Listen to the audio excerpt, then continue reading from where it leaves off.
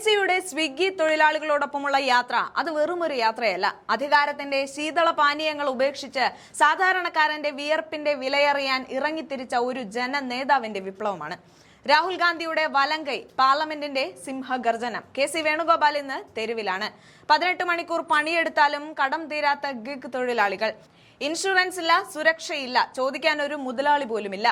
ഊബറും സ്വിഗ്ഗിയും സൊമാറ്റോയും തളച്ചിട്ട ഈ സാധാരണക്കാരുടെ സങ്കടങ്ങൾ കേൾക്കാൻ കെ.സി. എത്തിയത് എ.സി. മുറിയിലല്ല, അവരുടെ വിയർപ്പിന്റെ മണമുള്ള കൊടും വെയിലിലേക്കാണ്. ഇതിനെ PR വർക്ക് എന്ന് വിളിച്ച് പുച്ഛിക്കുന്നവർ അറിയുക, അടുപ്പിലെ തീ കെട്ടുപോയ പാവങ്ങളുടെ വേദന അറിയാൻ അടുക്കളയിൽ കയറിയപ്പോൾ പരിഹസിച്ച മന്ത്രി ശിവൻകുട്ടിക്കുള്ള മറുപടിയാണ് ഇത്. PR-ൽ ജീവിക്കുന്ന മുഖ്യമന്ത്രിയും കൂട്ടരും കാണണം ഒരു നേതാവ് എങ്ങനെയാണ് ജനങ്ങളിലേക്ക് ഇറങ്ങി ചെല്ലേണ്ടതെന്ന്. ഇത് വെറും ഷോയല്ല. കർണാടകയിലെ പോലെ ഗിഗ് തൊഴിലാളി ക്ഷേമ നിയമം കേരളത്തിലും കൊണ്ടുവരാനുള്ള ഉറച്ച പോരാട്ടമാണ്. തണലായി, കരുത്തായി. ജനകീയ പോരാട്ടങ്ങളുടെ ഈ പുതിയ മുഖം കേരള രാഷ്ട്രീയം കണ്ടു തന്നെ അറിയണം. കൂടെ നിൽക്കാം സാധാരണക്കാരന്റെ ഈ കരുത്തിന്.